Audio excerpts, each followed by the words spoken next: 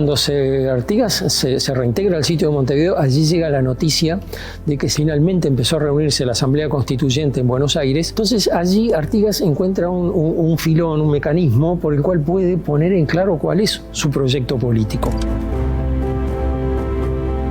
Los 7 primeros puntos de la Constitución del año 13, uno podría decir que están bajo los principios de independencia, república y confederación. Cuando los diputados llegan a Buenos Aires y presentan las instrucciones, etcétera, provocan una catástrofe. Logran que todo el mundo se les ponga en contra, sobre todo del equipo dirigente de Buenos Aires. Y allí Artigas se separa del sitio y empieza la guerra contra Buenos Aires.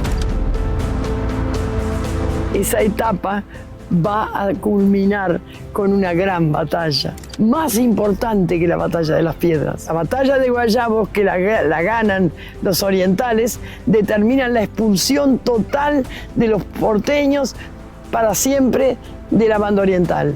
Y entonces allí empieza ese tramo de 1815 de la Liga Federal, de la Unión de los Pueblos Libres y del protectorado que Artigas ejerce por ese entonces.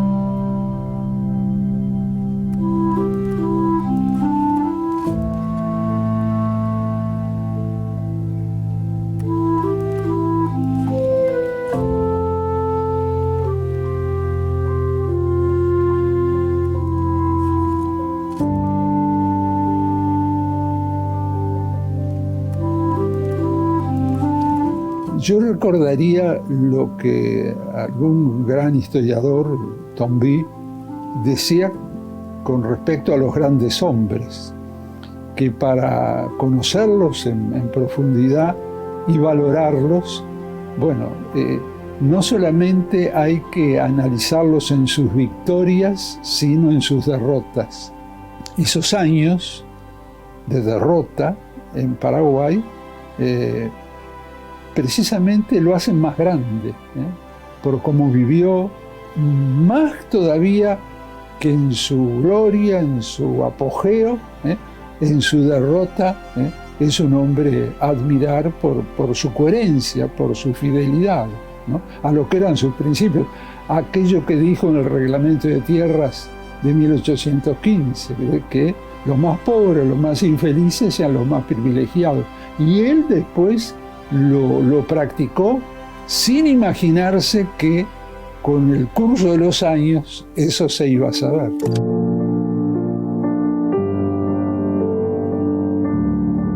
Artigas se retira porque las circunstancias bélicas lo obligan a, y cuando uno dice las bélicas, dice las políticas, porque nunca van separadas unas de la otra. Él había perdido el control de su provincia natal y el corazón de lo que él llamaba su sistema en el año 19, después de la derrota de Tacuarembó, la muy notoria, rotunda y sonada derrota de Tacuarembó. Que es una gran catástrofe, ¿no?, porque Artigas se va a enfrentar al Imperio Portugués con indios heroicos, indios misioneros, los guaraníes, y un grupo importante de correntinos que se siente identificado con la causa federal artiguista. Y por lo tanto, entonces, el combate es muy desigual, porque no se va a enfrentar a un ejército brasilero, sino a las tropas del Imperio Portugués, que habían sido traídas desde Portugal, a su vez por el Imperio Inglés.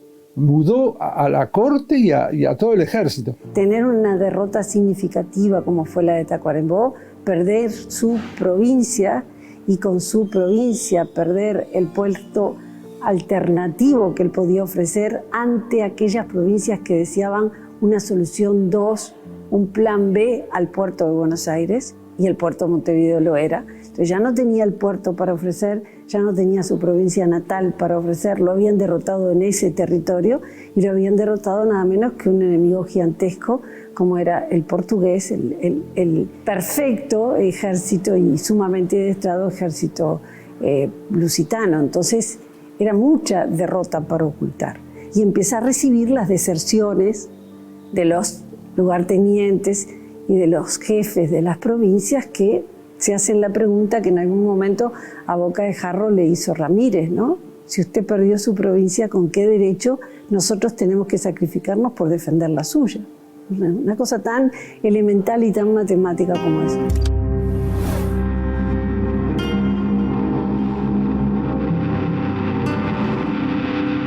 Así que fueron difíciles los años finales de Artigas luego de la derrota con los portugueses. Quizás el factor clave ahí de la derrota portuguesa y el aprisionamiento de muchos oficiales o de otros en actitudes que son muy debatibles también, pero por ejemplo Fructuoso Rivera, un general muy capacitado, desde la batalla de las Piedras acompañó al artiguismo. Sin embargo, en ese momento de derrota del artiguismo hace un acuerdo con los portugueses. El Pacto de Tres Árboles hace un acuerdo y pasa a ser un funcionario militar como comandante de la campaña oriental, ¿verdad? Bajo la autoridad de Carlos Federico Lecor, que era el oficial portugués que había comandado la invasión a la banda oriental. Otros como La Valleja, como Andresito, como otros están presos en Río de Janeiro. Fueron apresados y los enviaron a una cárcel que está frente a Copacabana, esa famosa playa, en una isla que se llama la Isla das Cobras. Una vez derrotado el ejército artiguista en el territorio oriental, Artigas se traslada al Entre Ríos a esperar los resultados de las distintas negociaciones que Ramírez y López estaban llevando a cabo con el gobierno de Buenos Aires. Ramírez y López llegan a un acuerdo con el gobierno de Buenos Aires en el llamado Pacto del Pilar, donde expresamente dicen que no es el momento ahora de ir al rescate del territorio oriental y reconocen en ese mismo tratado que el federalismo, es decir, la divisibilidad, ha triunfado por encima del centralismo o la indivisibilidad, ¿tá? Pero que ha triunfado de hecho, no de derecho. Había que esperar a una nueva constituyente para ver cuáles van a ser los destinos de estos territorios, etcétera, etcétera. Una vez firmado el Pacto del Pilar, que contradecía los principios fundamentales del artiguismo, sobre todo el pacto ofensivo y defensivo, ¿tá? Artigas ve la necesidad de declararle la guerra a Ramírez. Pero claro, el poder militar no había quedado del lado de Artigas. Recorre todo el territorio argentino en una larga huida, en un intento militar una y otra vez, va perdiendo una y otra vez, pierde en Yuquerí, pierde y vuelve a perder y vuelve a perder, y en cada batalla le matan cientos y cientos de hombres y curiosamente se repone de cada una y vuelve a tener adeptos que lo siguen, pero el recorrido final son 10 días a lo largo del río Miriñay, en el que le van matando sistemáticamente todos los recursos. Y ya al final llegan comiéndose los caballos, los propios caballos. El caballo que no aguantaba, de noche lo degollaban y se lo comían. No tenían más nada, porque iban pasando por un territorio a su vez devastado por efecto de la guerra. Entonces no le quedaba más nada, tú mirás el mapa y lo entendés, ¿dónde iba? Entonces le ofrecen, los indios del Chaco, le ofrecen acompañarlo, recibirlo, pero era convertirse en la nada desde el punto de vista militar y era un territorio indígena de resistencia. Le ofrecen asilo en Estados Unidos, pero era una renuncia a su lengua, a su patria americana, a su sueño de patria grande, era mucha renuncia. Y le va quedando únicamente las puertas del Paraguay. ¿Por qué el Paraguay? Porque allí había un gobierno con el que Artigas había tenido contactos desde el año 1811, tratando de buscar nuevas alianzas en la misma región frente a lo que era el avance de la autoridad para el artiguismo de medida del gobierno de Buenos Aires. Y el Paraguay había tenido la política de, siendo parte del ex virreinato del Río de la Plata, estuvo invitado a todos los congresos, al Congreso de la Asamblea General Constituyente reunida en Buenos Aires, estuvo invitado al Congreso de Tucumán, es decir, era parte de las Provincias Unidas del Río de la Plata. Sin embargo, se había mantenido aislado de los conflictos políticos militares. Y lo máximo que podía hacer, evidentemente, Artigas allá, encontrar el refugio de no ser perseguido por Ramírez y darle muerte, obviamente, al propio Artigas. Entrar a Paraguay era un desafío. Ahí mandaba que se tenía el título otorgado por las autoridades, Caspar Rodríguez de Francia.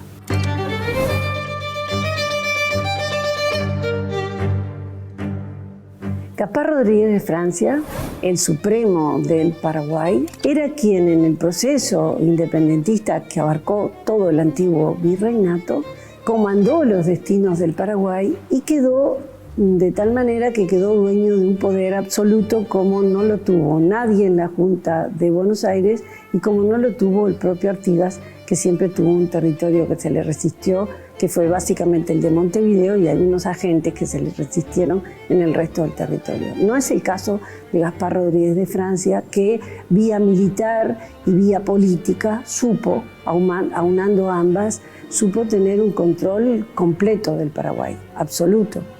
Al punto que a él lo eligen como jefe primero, y luego de testearlo y aprobarlo, esa misma autoridad popular revolucionaria que le había dado la condición de jefe, lo declara dictador supremo. Y tú decís dictador, que es en general un adjetivo descalificativo, ¿no? Tú descalificás a alguien si le decís que es un dictador.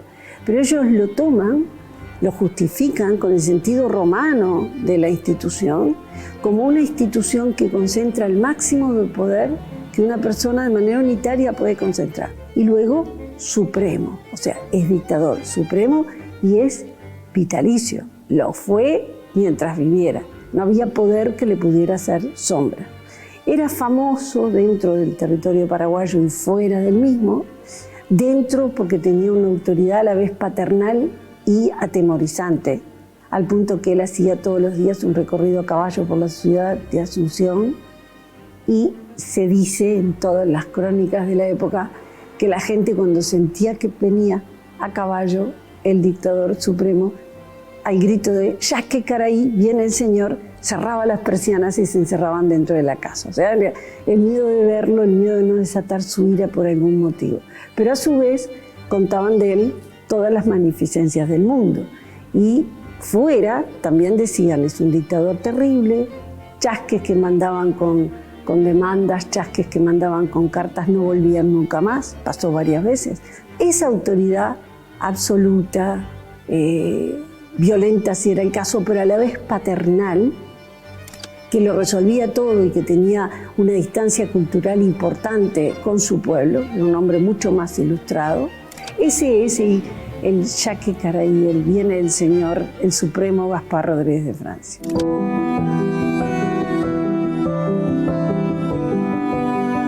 Él, cuando ingresa a Paraguay, en la nota en la que pide para ingresar, dice: "Si usted no me admite, me meteré", algo así como en la espesura del monte, a refugiarse, o sea, el destino montesco de los indígenas que estaban fuera de cualquier sistema, salvo el de ellos mismos, y en una situación de enfrentamiento permanente con las autoridades establecidas. Esa es su formulación. Él acepta ese ingreso una vez que dice: "Si usted no me permite, me voy a este otro lado y hago esto". Acepta que se lo desarme a él y a los poco menos de 200 hombres con los que llega. Su mayoría africanos, aunque hay también guaraní misioneros. Entonces toma precauciones, no los va a tener juntos, ¿no? Porque además era una mano de obra para la guerra muy importante. Eran grandes guerreros todos los que entraron a Paraguay. El gobierno de Caspar de Francia por ahí corría ciertos riesgos.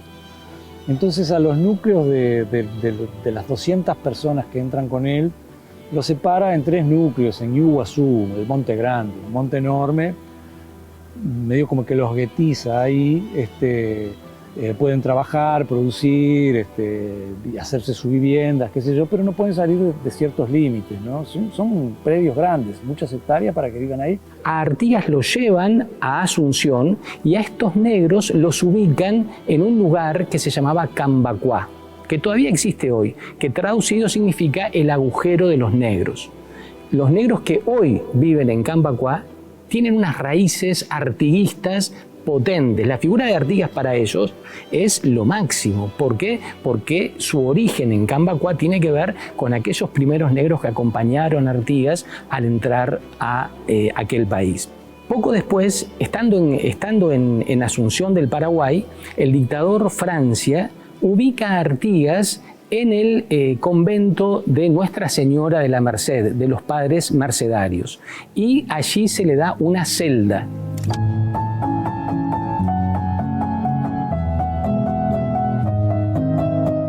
Cuando ingresa en Asunción y va al convento de la Merced, que era un monasterio de clausura, con monjes de clausura, por eso siempre se va a una celda. Los monjes dormían en una celda, también era lo que tenían, porque era un monasterio de clausura. Él intenta en 2 ocasiones solicitar ver al dictador, Gaspar Rodríguez de Francia, el supremo del Paraguay. Y uno piensa, no solamente para darle las gracias, evidentemente algo quería pedirle, habría alguna última chance que pensaba jugársela allí. Muchos historiadores piensan que en realidad él le va a pedir ayuda a Francia para seguir combatiendo, pero Francia tenía una beta paranoica, era un hombre ilustrado, un hombre inteligente, pero como buen paranoico sospechaba de todo. Se dice que al cocinero le hacía probar antes lo que preparaba para después poderlo comer él. Así que tenía miedo hasta de su cocinero, que era hombre de confianza. Y el dictador no lo recibe nunca. No, en las 2 ocasiones que él le pidió, le manda 2 cartas que se ha discutido largamente, si son auténticas o no. Quizás la letra de quien la redacte es alguno de los monjes del monasterio, pero la firma es la firma de Artigas.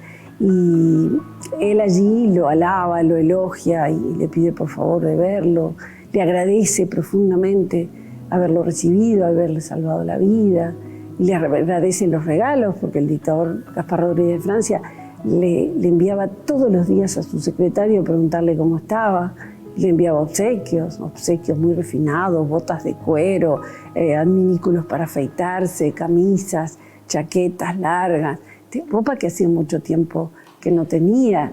Y cuando una de las tantas veces le pregunta si estaba bien, si estaba cómodo, él se queja y dice, ¿qué le parece? Un soldado viviendo entre frailes. Él hace gestiones pidiéndole un traslado para no estar ahí encerrado. Y bueno, ahí arreglan que trasladarlo a la villa de Curuguatí.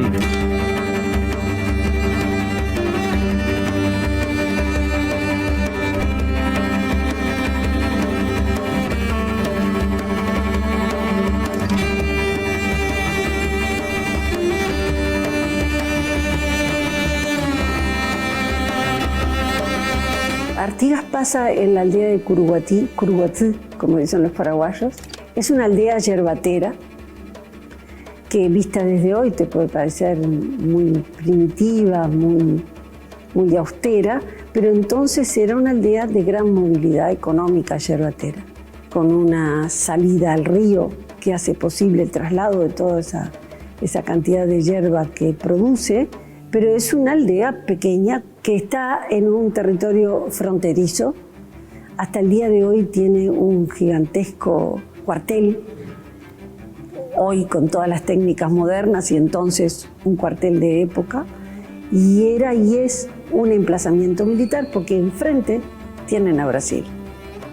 Y no es una espalda a descuidar la que Paraguay tiene contra Brasil. Algunos historiadores dicen que era de alguna manera una especie de amenaza al Brasil.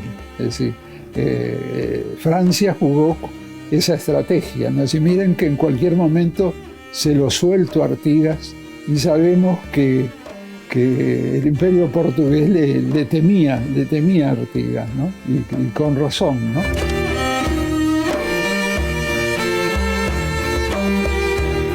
La vida de Artigas en Curuguatí es la vida de un aldeano. Se le da una chacra con las suficientes hectáreas como para producir. Le pagan una pensión que equivalía al cargo de capitán del ejército, o sea, era un dinero más que suficiente para vivir él, pero él manifiesta que quiere trabajar. Cuando le protestan, preguntan por qué, él dice que es por el gusto de hacerlo, por no estar quieto. Vaya hombre para tenerlo quieto mirando caer el tiempo. Entonces, era todavía un hombre joven, tenía 58 años cuando ingresa a Paraguay. Entonces, él se dedica a las tareas agrícolas y ganaderas, llega a tener más de 100 cabezas de ganado en algún momento. Como que ahí surge el Artigas labrador, ¿no? Y bueno, era una chacra de gran producción, bueno, trabajaba mucha gente.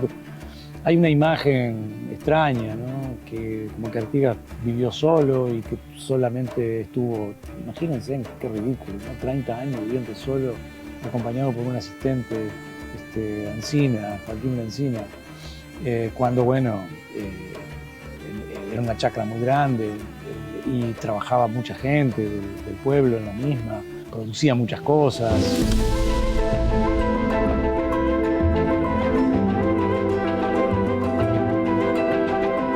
La chacra está a 2 kilómetros, todavía está, de la parte central de Curuguatí, y ahí básicamente los fines de semana, los domingos, él se trasladaba al pueblo, porque ahí, en torno a la iglesia y a la misa dominical, era una fiesta aquello, ¿no? Entonces, todo el pueblo se encontraba, los muchachos se miraban con las muchachas, y ahí empezaba todo acá. Y ahí él se integraba bien, gustaba conversar con gente culta, como con gente común y corriente del pueblo. Lo que hizo toda su vida Artigas, en realidad estaba considerado un muy buen vecino.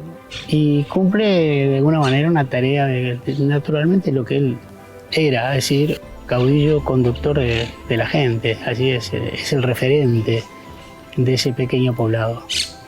Hoy si tú visitas ese pueblo, el club de fútbol se llama Club Artigas, la biblioteca Artigas, todo se llama Artigas ahí.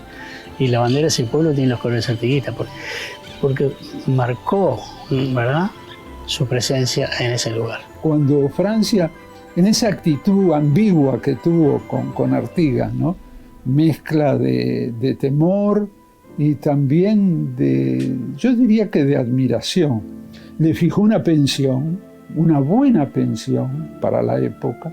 Artigas la repartía entre los pobres, entre los vecinos pobres. Él vivía de su trabajo, y le asigna esa pensión que después, al tiempo, a los muchos años, se le va a sacar.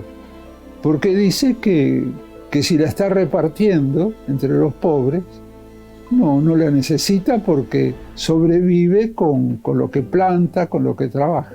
Y es interesante ese aspecto, tanto de Francia como de Artigas.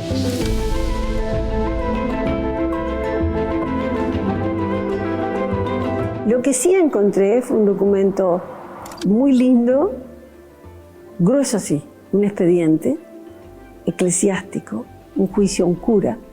Uno de los tantos escándalos protagonizados por el cura fue que llegó borracho a una reunión en la que se estaba preparando las festividades para la Virgen del Monte Carmelo, que era la Virgen de la cual era devoto Artigas, y él estaba entre los vecinos, y el cura, borracho, lo acusa y le grita, y quien escribe todo el documento dice: el americano, que era un adjetivo positivo, el americano José Artigas no le respondió, se retiró, y lo insultaba. Mirá a quién, ¿no? Con la capacidad militar que Artigas siempre había demostrado. Él había prometido no ser lío, se cayó la boca, salió, un grupo de vecinos sale con él y lo protege, el cura borracho se sube a un caballo y lo persigue por el camino y lo sigue insultando, hasta que tan borracho se cae y finalmente lo llevan a la comisaría. De la comisaría hace un boquete en el techo de paja y se escapa.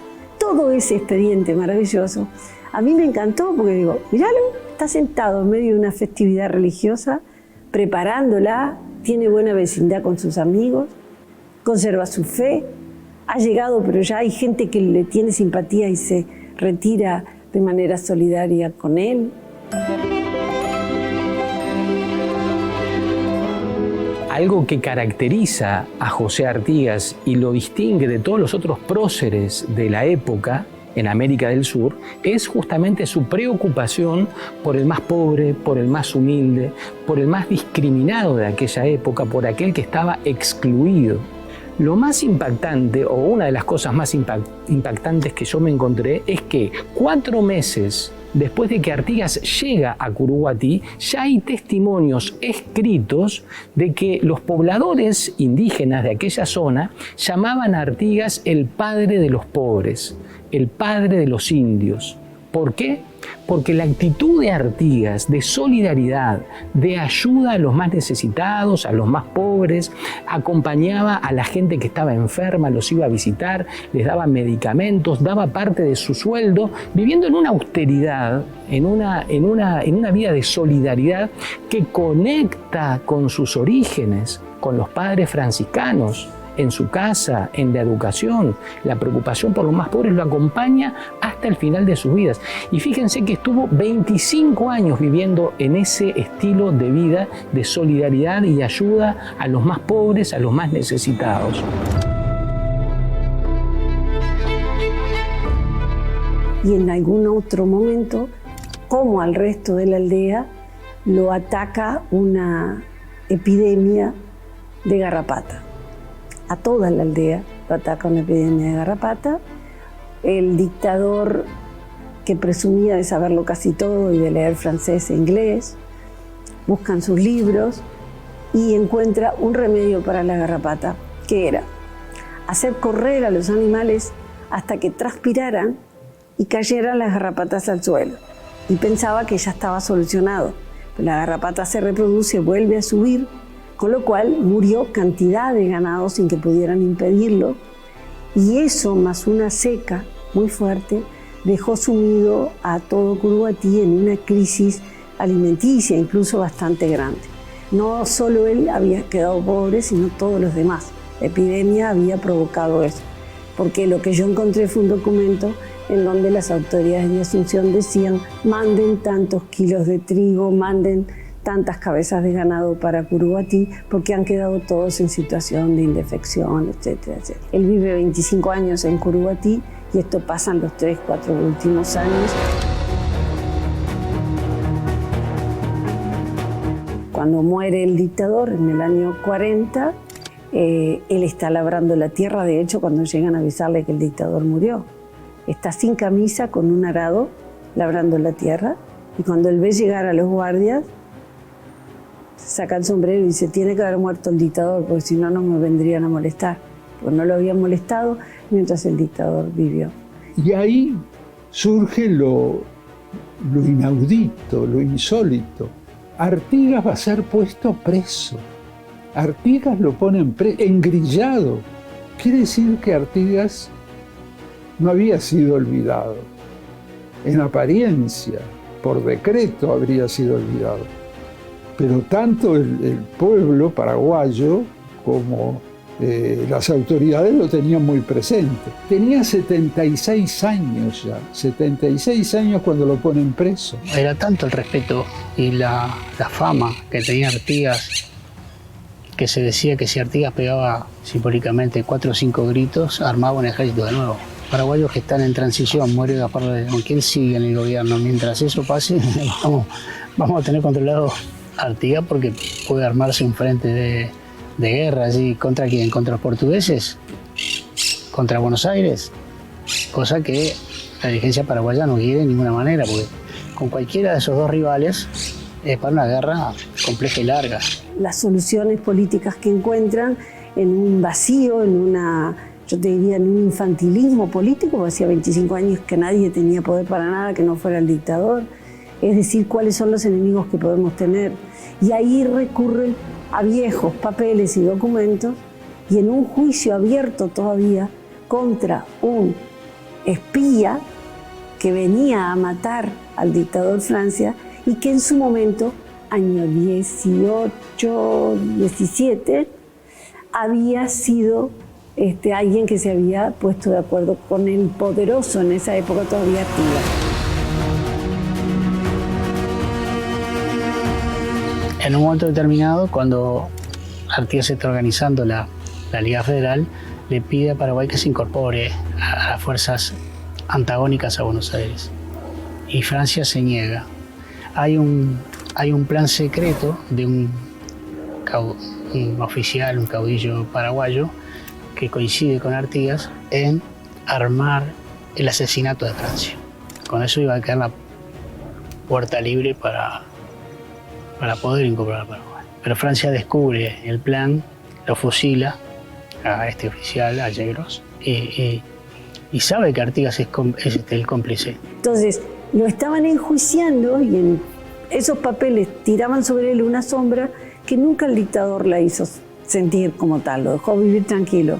Ya era inofensivo, un labrador que tenía vecindad, que iba a las ceremonias religiosas con los demás, que era devoto de la Virgen del Carmen, que participaba de las festividades religiosas. Un vecino respetuoso de la palabra dada. Él había dicho que no iba a intentar escaparse, él había dicho que no iba a intentar una rebelión. Pero viendo esos papeles de un juicio de muchos años atrás, en el año 40, miran hacia atrás, entre el 15 y el 18, los peligros que había, y en esa época Artigas era un peligro. Entonces vienen y lo llevan preso. Lo llevan preso un mes. Al mes es el mes en el cual se vela al dictador y se declaran un mes de duelo y demás. Al mes asumen las nuevas autoridades, y cuando las nuevas autoridades asumen, siempre tienen la costumbre de hacer una gracia para con los presos. Y esa gracia es soltar a una cantidad de presos que estaban en sus celdas, y uno de ellos es Artigas. Entonces lo sueltan un mes después. Y sale, si ya estaba empobrecido, un mes sin atender sus posesiones y demás, sale en un estado de indigencia bastante notorio, pero ya no lo vuelven a molestar, pero queda muy empobrecido.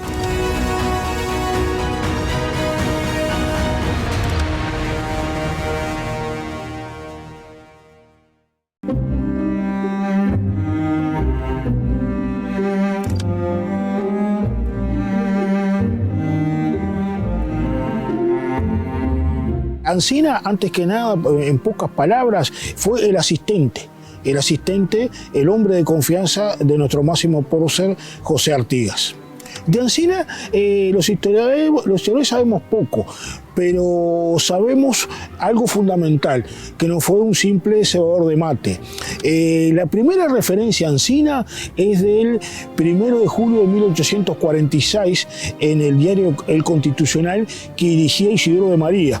Isidoro de María estaba casado con una familiar de Artigas, o sea, formaba parte de la familia Artigas. Y ahí hay una nota escrita por el único hijo reconocido de Artigas, el hijo legítimo, en el que cuenta que su padre está en el Paraguay y comparte el pan que tiene, el poco pan que tiene, como un hermano con un hombre de la más oscura condición.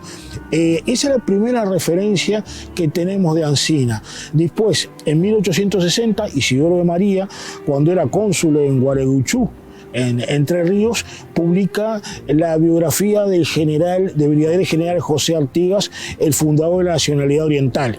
Y ahí narra en ese libro la famosa anécdota que Artigas, en 1820, ya derrotado y traicionado, le comunica a la tropa de que se va a internar en el Paraguay. Y ahí se levanta un hombre negro, Ancina, y le dice: mi general, yo lo voy a seguir a usted hasta el fin del mundo. Esa anécdota, que es muy conocida por mucha gente, es la que da pie a la creación del personaje, o mejor dicho, a la introducción del personaje en la historia patria.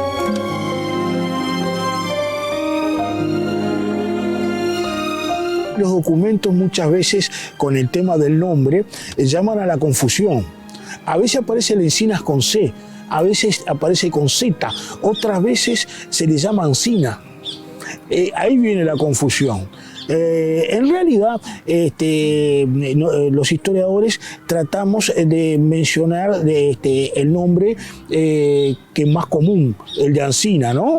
Pero todo indica que fue bautizado como Joaquín Lencinas. En el archivo Artigas, una carta, especialmente una carta que está dictada por Artigas Monterroso, que es a Rivera, dice lo siguiente: Artigas: mandé al tío Lencinas a hacer tarea de espionaje de las naves portuguesas.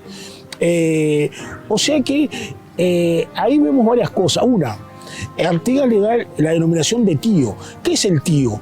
El tío era ¿cómo se le llamaba a los negros viejos? En una forma de afecto. Como no se le podían decir don, el tío es una persona por la que uno siente afecto y respeto. Lo otro, si lo mandó a hacer tarea de espionaje, quiere decir que era un hombre de confianza de él. Hombre de extrema confianza para hacer ese tipo de tareas, ¿no? Lo que nos indica que Ancina era un hombre que tenía una inteligencia considerable, porque las tareas de espionaje requieren cierto dominio, ¿no? Y el otro documento que hay en el archivo Artigas son las memorias de Cáceres, en que él cuenta una anécdota en que Artigas va cabalgando y dice de Cáceres: va cabalgando con su asistente Joaquín Lencinas, ¿no? Y lo trata de asistente, no dice el sirviente o el esclavo, el liberto, dice el asistente del general Artigas. En el lenguaje de la época, porque hay que entender el lenguaje de la época, asistente es el hombre de confianza del caudillo. Es la persona que está para hacer las misiones delicadas del caudillo. Es el que le cuida la espalda al caudillo. Es importantísimo porque es el hombre incluso que puede incluso servir de nexo con las tropas.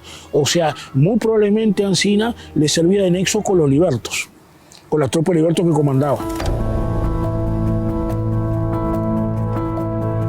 El artiguismo no fue abolicionista.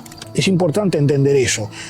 Artigas distingue muy bien el liberto del esclavo. El concepto de Artigas de la esclavitud es un concepto institucionalista. ¿Qué me refiero a institucionalista? La esclavitud es una institución en la que se entra y en la que se sale. Una persona negra puede ser hoy esclavo, pero mañana puede ser liberto. Hoy una persona negra puede ser liberto, pero mañana esclavo. Ese concepto tiene. Ese concepto que hoy a nosotros nos puede llamar la atención, pero hay que acordarse que ante todo, cuando hablamos de historia, tenemos que tener en cuenta dos elementos: el tiempo y el espacio. Tenemos que tener en cuenta eso para entender las mentalidades de la época. Yo siempre me acuerdo que algo que nos decía la profesora Ana Frega, que la esclavitud en sí misma no era un problema de primer orden para el artiguismo, porque al no haber grandes plantaciones, no haber grandes masas humanas que reclamen la libertad, no se constituye un problema en sí mismo, como en otros países, como podría ser en otros países. Por eso es que Artigas tiene esa concesión de tipo institucional, ¿no? En el reglamento de tierras, por ejemplo, él habla de los libertos, los negros libertos, pero acepta que exista la esclavitud. ¿El artiguismo pudo haber evolucionado hacia un abolicionismo? Yo pienso que sí. Yo pienso que necesariamente, de haber seguido el proceso, iba a surgir más tarde, más temprano, el concepto abolicionista. Pero todavía no está planteado ese concepto en la sociedad, todavía no he aprendido en los caudillos, ni de acá de la banda oriental, ni en otras partes de América. Eso conviene decirlo también. Artigas parece haber llegado a Paraguay acompañado de un grupo en el cual se menciona la presencia de varios afrodescendientes, de los cuales Ancina ha quedado un poco como un referente, pero también se habla de la presencia de otros, que lo acompañan otros. Y por otro lado, digamos, también la figura de Ancina ha tomado otra dimensión en la medida en que también visibiliza a los afrodescendientes que participaron mucho en la revolución, en 1800, pero que permanecen invisibilizados. Incluso uno puede suponer que algunos de los dirigentes revolucionarios de los subalternos de Artigas importantes eran, digamos, afrodescendientes, pero ninguno aparece reflejado como tal ni referido como tal. En relación con la figura de Ancina, lamentablemente no tenemos documentos que registren prácticamente casi nada de la vida de él.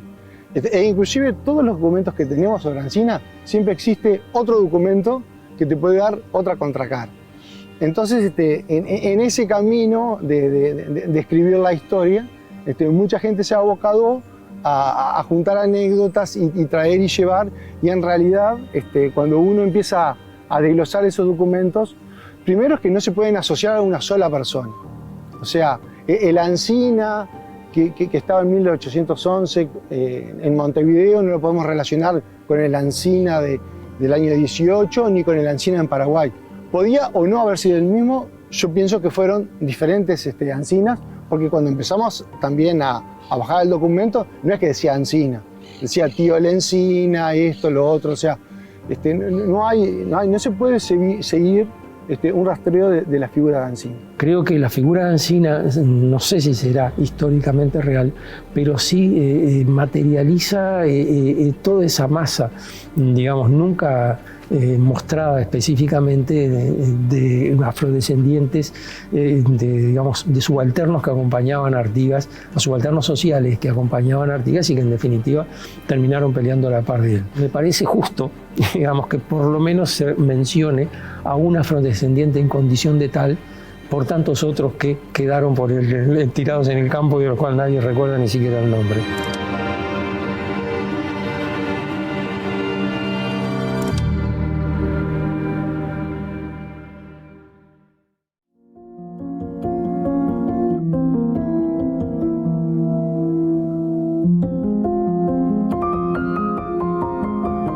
En 1840 muere Gaspar Rodríguez de Francia, dictador supremo.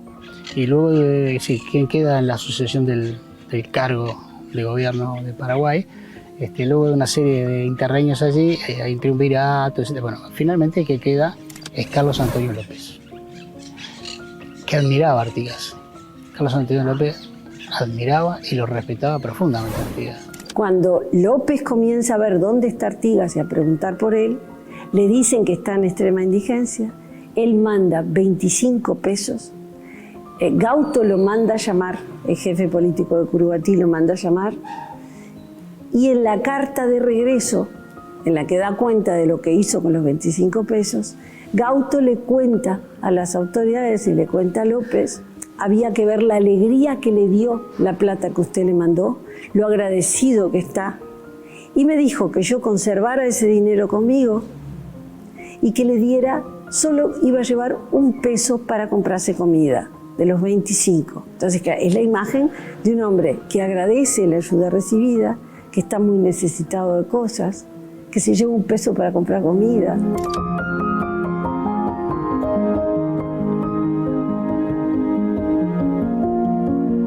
En algún momento se produce un conflicto entre Buenos Aires y Paraguay y Carlos Antonio López le propone a Artigas que dirija los ejércitos paraguayos con la idea de que todavía el nombre de Artigas podía tener algún efecto en las provincias del litoral. Artigas está viejísimo, pero digamos, vienen las tropas paraguayas dirigidas por Artigas, de repente eso le resonaba algo. Él accede, se lo traslada.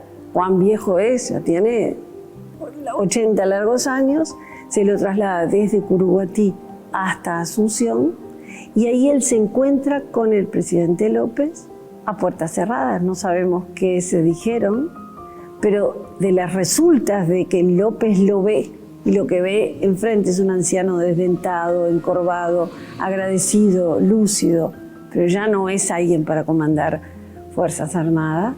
Lo que sabemos que de resultas de esa conversación, Artigas queda viviendo en la casa de las afueras, la de Ibiray, en la casa de campo del presidente, como si se lo llevaran a vivir en Chorena, para decirlo en territorio uruguayo.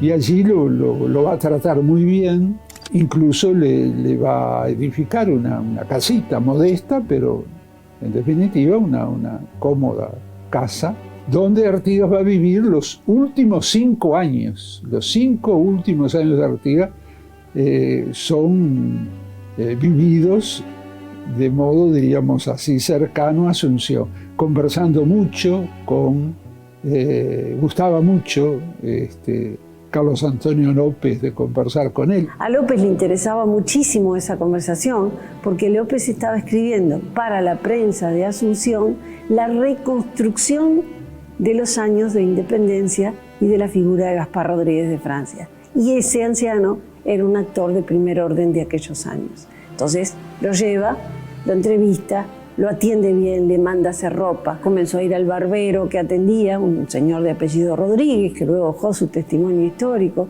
Es el que cuenta, por ejemplo, que hablando de quién era, de bueno, ¿y usted? ¿Y por qué no vuelve? ¿Y por qué no vuelve a su tierra?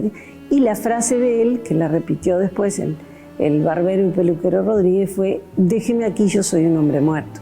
O sea, él entendió que estaba fuera del mundo político y que no tenía sentido volver a él. Y es allí una especie de celebridad de bajo perfil, digamos. Varias personas que visitan a Carlos Antonio López también se entrevistan con Artigas. Bueno, allí es donde le hacen ese dibujo que es el único retrato que tenemos prácticamente de Artigas.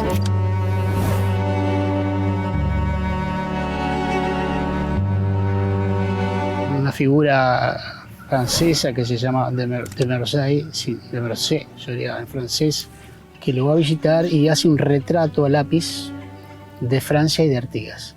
Y ese es el único retrato que hay de Artigas de alguien que lo haya dibujado en vivo. Y lo hace ese famoso retrato que todo el mundo conoce, con un ponchito, muy calvo, ¿verdad? Con un bastoncito. En general lo que se muestra es la mitad del cuadro. Bueno, está Artigas, en realidad el cuadro tiene las dos figuras. Francia está enfrente, ¿verdad? Rodríguez de Francia. Así que es interesante porque ese es el único cuadro original. Todas las obras que usamos y conocemos, que son las de Blanes, ¿no? Fundamentalmente las de Blanes, son ficciones de artistas maravillosos, pero son ficciones. Y Beaurepaire-Rouen hace de él un retrato que a mí siempre me pareció tan precioso. Dice: es una ruina. Viejito, huesudo, encorvado, desdentado, pero tiene un par de ojos fulgurantes. Entonces, sí, había una personalidad allí, una cosa que todavía en su decrepitud se le notaba, y aún un varón apunta que tiene ojos fulgurantes. Después de la derrota de Artigas, la provincia oriental de a poco se fue convirtiendo en lo que nosotros denominamos la provincia cisplatina. Es interesante que durante la provincia cisplatina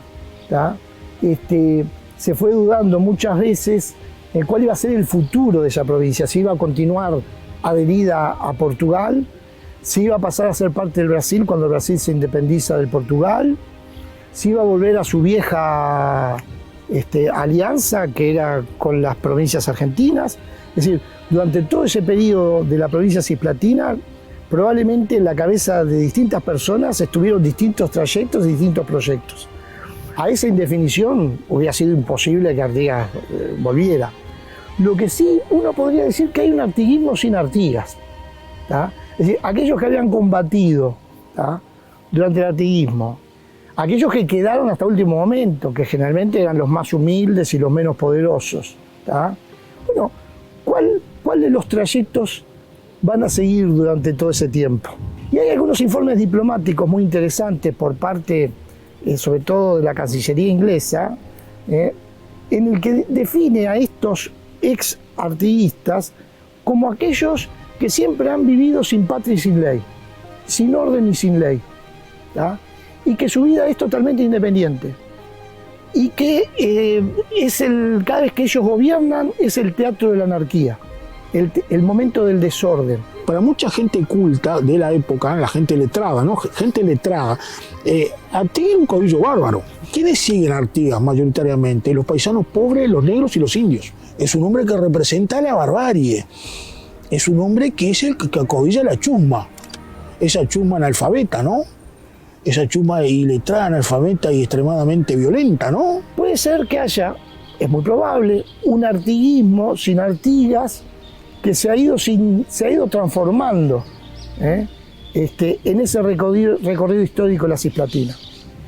Y que finalmente, cuando se da el retorno a casa, el retorno a la Argentina en 1825, con las leyes de 1825 de la Asamblea de la Florida, bueno, ahí se siguió engrosando aquella postura que en definitiva no estaba ni a favor de ser parte del Brasil, ni parte de Buenos Aires, ¿no? Todo eso que se dice después del invento inglés es una tontería que no tiene la más mínima forma de ser probada, ¿tá? Es decir, como todo este proceso que vos vas de 1811 hasta 1828, vos podés ver, si vas atando cada instancia política, cada mojón, vas viendo cada proyecto político, ¿tá? Y cómo esos proyectos políticos se siguen muchas veces simultáneamente, hasta que finalmente uno se concreta, ¿tá? Y el que se concreta es el de la independencia del territorio oriental, que pasará a llamarse Estado Oriental del Uruguay.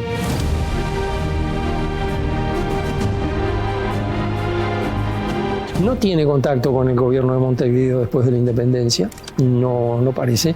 Hay algunas comunicaciones, hay una invitación de Rivera para que venga acá. No sabemos si esa invitación efectivamente le llegó a Artigas, porque, digamos, también pasó con un sabio francés que entró a Paraguay y que después no salió, y que también desde Francia escribieron invitándolo para salir. Y el sabio francés contestó que prefería quedarse en Paraguay, que yo, casi en los mismos términos que responde Artigas la invitación que le dieron desde Montevideo, lo cual hace sospechar que esas respuestas no las redactaban los destinatarios de la cosa. Los vecinos de Ibiray, aquí sí hay muchos testimonios, entrevistados en su momento, también atestiguaban que Artigas no quería volver. Y acá hay otro enigma de por qué Artigas no quiso volver al Uruguay. Pero es clarísimo que se resistió. Invitaciones tuvo. Creo que estaba cómodo. Era un hombre de ese universo rural, con mucha población indígena, con mucha habla guaraní. Artigas hablaba perfectamente el guaraní desde que era muy chico. Está muy en su mundo y además creo que aprecia la obra al final, tanto de Gaspar de Francia como sobre todo de los López. Los López ya le dan un tono más republicano, más para lo que había luchado Artigas por sus ideas. Entonces, como que aprecia esa obra, él está conforme con ese país, con ese mundo. Si en la época hubiera existido esto, yo creo que él hubiera sacado carta de ciudadanía paraguaya. Él se sentía muy paraguayo y da una respuesta clave que está en los documentos. Solo si sirve a los intereses de Paraguay, yo vuelvo al Uruguay. Quiere decir que se ofrece a venir como una especie de embajador paraguayo. El gobierno de turno, que era el Fructuoso Rivera, estamos en la década de 1830, envía nada menos que a su hijo José María a ofrecerle que retorne, que el Estado se hace cargo. Y Artigas contesta negativamente. Él se niega a volver. Y dice una frase terrible, le dice, yo ya no tengo patria, le dice a él. Es una frase terrible. Es una frase terrible que nos da una idea de que él posiblemente, cuando le dice al hijo esa frase terrible, él se está refiriendo al proyecto federalista, a su viejo proyecto de la Liga Federal que ya no existe. También hay mucha leyenda, ¿no? Si Artigas se enteró que era un Estado independiente, qué comentarios hizo, si le pareció bien, si le pareció mal. De eso tenemos todas las versiones posibles. No hay ninguna pista concreta. Artigas nunca escribió, digamos, qué era lo que pensaba de la situación política de este territorio. El hecho de negarse a regresar creo que es casi una respuesta. Es decir, no coincidía el clima, el ambiente, el escenario con lo que él había soñado. Artigas es un enamorado de una construcción confederal, es decir, de pueblos y provincias unidos, hermanados. El Uruguay ese que está ahí no tiene nada que ver con lo que era lo que él quería. Él quería una banda oriental, una provincia más autónoma, integrada a la Liga Federal, con lo que fueron Misiones, Entre Ríos, Santa Fe, Córdoba, todo lo que es el mapa de Argentina hoy, Buenos Aires incluido, ojalá, no sé, la parte de Río Grande del Sur y hasta Paraguay. Esa era la patria que él quería. Lo que estaba ahí no era por lo que él había luchado y peleado, entonces como que no le interesaba.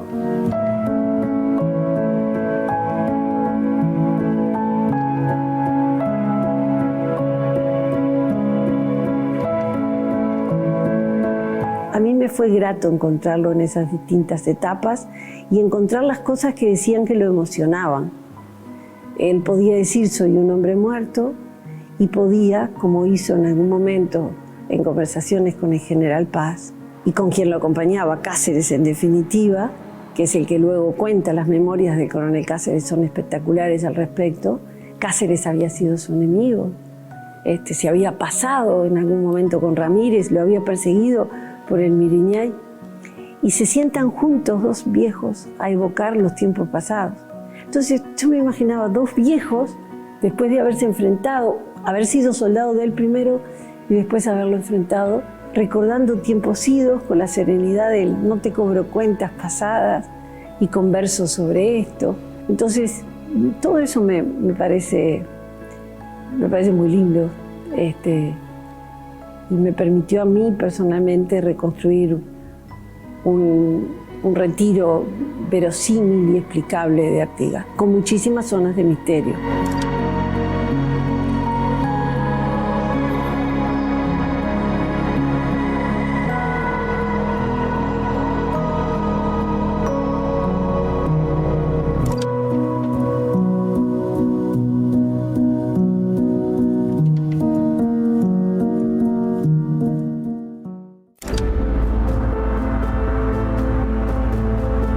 Muere en septiembre de 1850. Digamos, no es mucho lo que más se puede saber porque no tienen una partida de función. Pero él muere de muerte natural, muere de vejez, murió con los sacramentos, murió acompañado de algunos vecinos.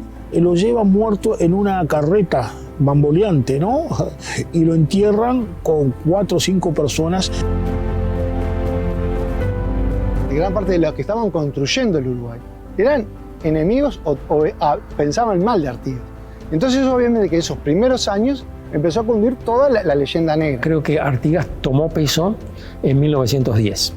Creo que allí Artigas se construye, se configura como el héroe nacional. Se reconocía la figura de Artigas como una figura que unía a todos los orientales y por eso que se dispara todo el proceso del monumento. Las tribus siempre han tenido lugares en donde ir a adorar a sus próceres o a sus dioses. En este caso, nuestro tótem, sin ninguna duda, es este Artigas, que sigue siendo la articulación entre la historia patria y el Uruguay que se viene.